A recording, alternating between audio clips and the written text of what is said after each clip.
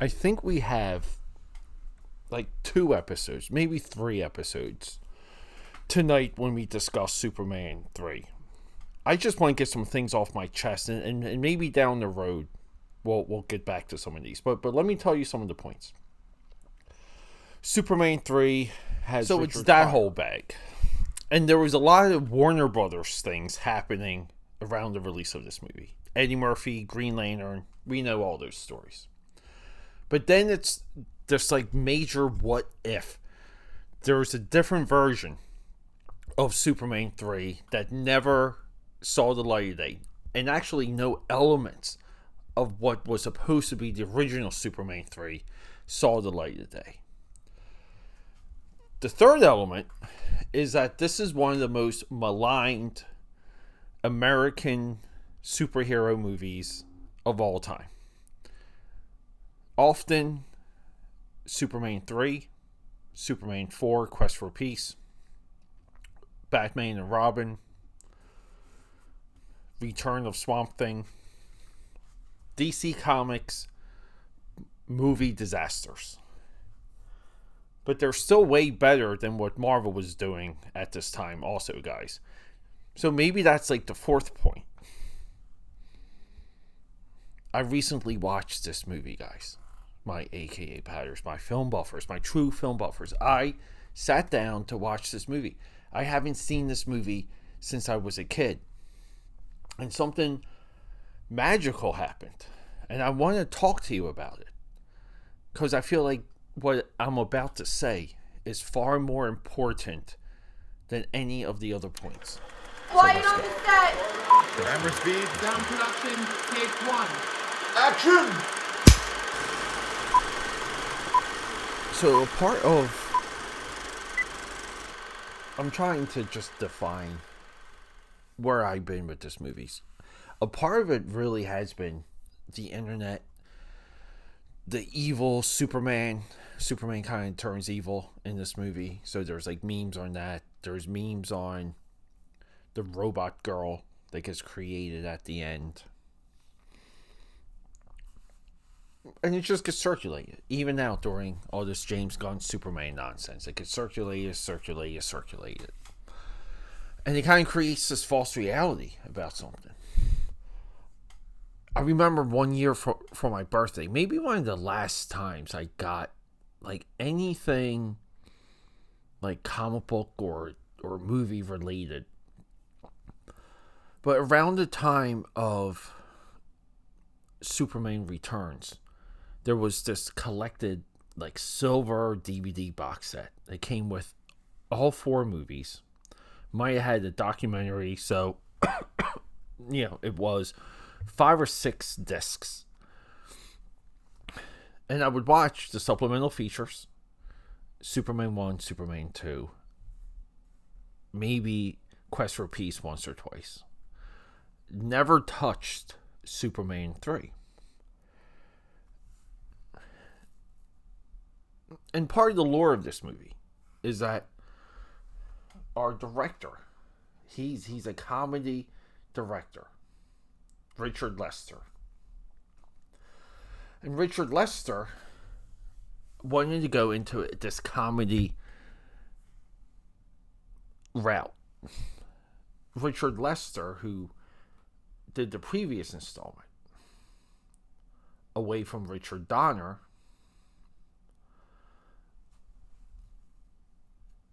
there's 2 versions of Superman 2, and we'll discuss that. We have that coming up.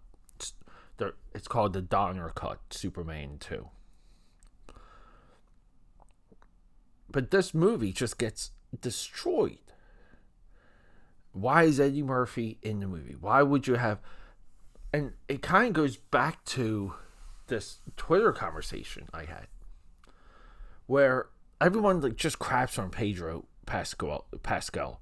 And I get it. Like, you may not like him at gay pride parades, and you might just think some of the stuff is inappropriate.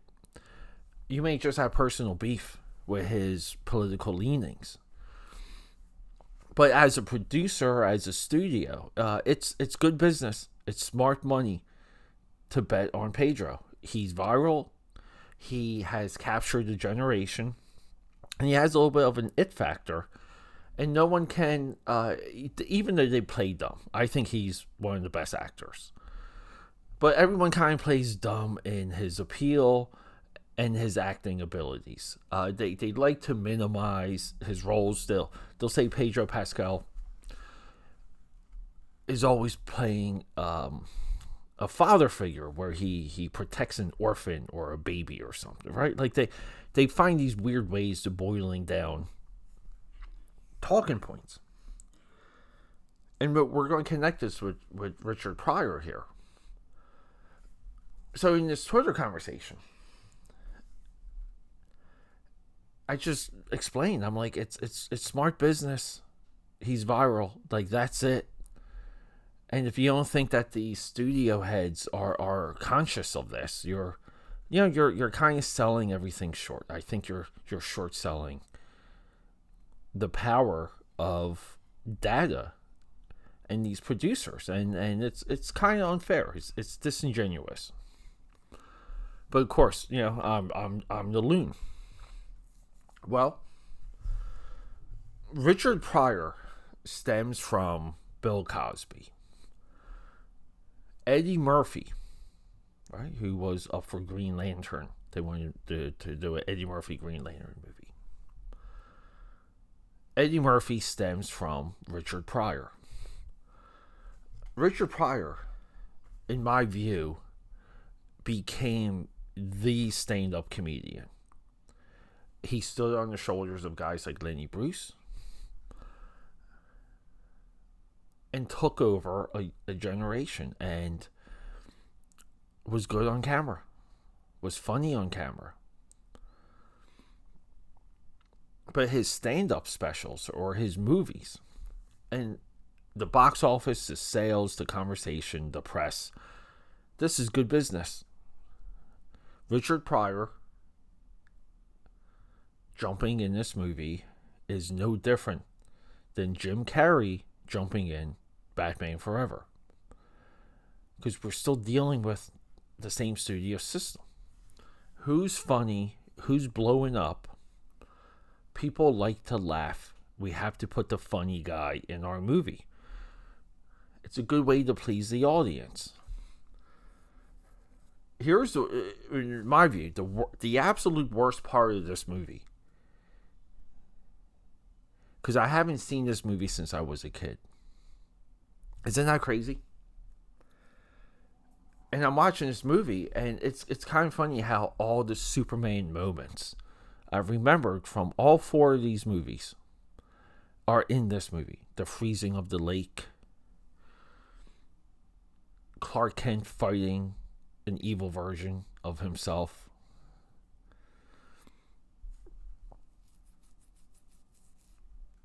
Superman saving the guy flooding in the car. Just all of these giant Superman, larger than life things. And then we're seeing this character for the first time through the eyes of Richard Pryor. And Richard Pryor is caught up in this like giant evil scheme. But it's all comical. But we set the movie up wrong. It's a weird opening credit sequence.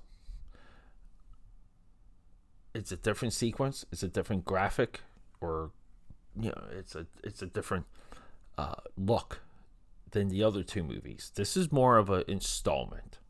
But we get this like day in the life of Metropolis where everyone's like kind of like a troublesome, fumbling idiot. And Clark Kent needs to make a decision of when to appear as Superman. Because he's Clark Kent first and he's not Superman all the time. It is the point of the opening credit sequence. Do you have to be patient with it? Yes. Is it it's like we have this like Buster Keaton style here. It's almost like a silent movie. It's like very slapstick. But once we get through that and the plot kicks in and we see what's really happening with Richard Pryor, I think is hilarious. I love it. I love it when he impersonates the general in this. I love it that he's like thrown into this world of supervillains or like evil businessmen, because we kind of have a Lex Luthor proxy in this movie, but like a giant scheme, and Superman's there, and these people are a couple steps ahead of the Man of Steel, and this is where like we have the synthesized kryptonite, and it corrupts Superman. And then we have this like spiritual sequence where Clark Kent, the alter ego, is able to separate himself. And this is like comic book gold. I think a lot of these ideas, if they were in a comic, it would be one of the greatest Superman comics of all time. But I'm watching this movie and I'm just like, I don't know, I'm just enjoying it. I think it's funny. I'm sitting down enjoying a freaking movie.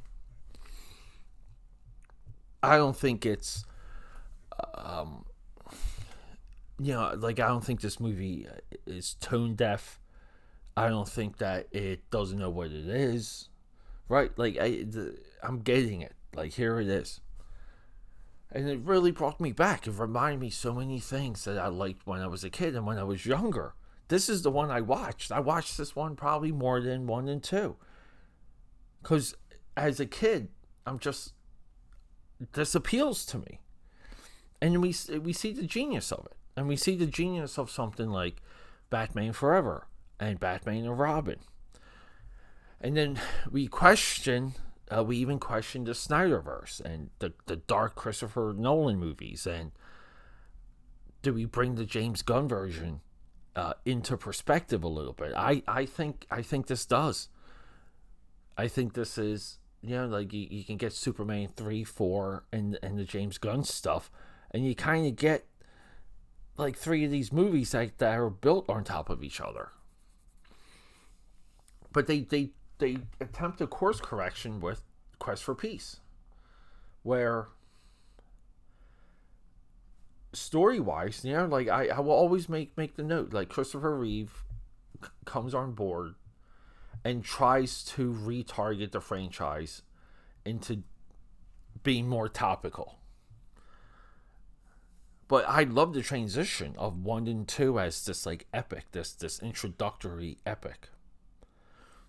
Then 3, we have an installment. 4, we have an installment. Excuse me. 5, we have an installment. I think these studios back then, during this time, because we hear, we always heard too with Conan, Schwarzenegger, where they had 25 movies planned for 25 years, or 10 movies in 15 years. It was something like that. And they were going to go all the way up to King Conan and tell the whole bloody tale, right? The whole saga. Because they're chasing, and it took the studios a long time to catch up to James Bond coming out, making a lot of money, having a few years off, coming back, and they were, in double-digit installments for that. Before James Bond, that's what we got with franchises like Tarzan.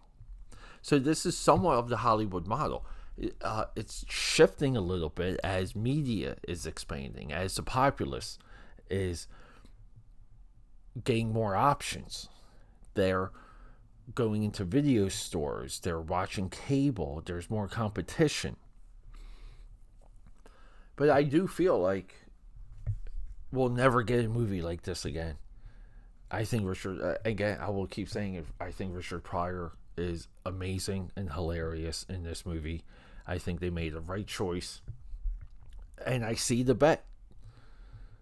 But then people they'll just play dumb. Now, when I'm saying in defense of this movie, because I really enjoyed it, can I turn the corner with the James Gunn? Can I do that? Well, yes and no, because this Superman is still truth, justice, and the American way. He's not sent to Earth to conquer it. He is here to do good, and he has an alter ego, and he I love the the sequence where I'm just like going on and on, but where Richard Pryor breaks into one of these buildings and he has, basically Clark Kent's high school bully as a security guard, and then Richard Pryor just hangs out with the guy, gets him drunk. This is where Pryor's wearing this giant foam cowboy hat, and has to do all this stuff because he needs a key turned, and the guy's drunk now, and he needs 2 keys turned to access the computer system. Clark has his high school reunion. Lana, when I was younger, I remember saying, like, wow, like, Lana's 100 times hotter than Lois Lane. He should just marry Lana. And Lana kind of realizing that Clark is the one that got away. So we have these notes and these ideas, and we're drifting away from the David Lean epic sprawl, in my view, the Lawrence of Arabia side of the original movie, Superman, the movie. And we're into something more episodic. Dare I say, more digestible. I think there's a lot of really good takeaways in this flick. I enjoyed it. And maybe I'll come around to that James Gunn movie. But it is a fundamentally different version of Superman. And that's something I have to reconcile with. And as a film goer, I'm prepared to rewatch that movie a couple more times and just kind of absorb it and roll around in it. It's very hard to develop opinions on movies for the first time you see them. I know we do it here, but it is difficult. All right, AKA Patters, I love you guys. Rock and roll. Okay, that's a wrap.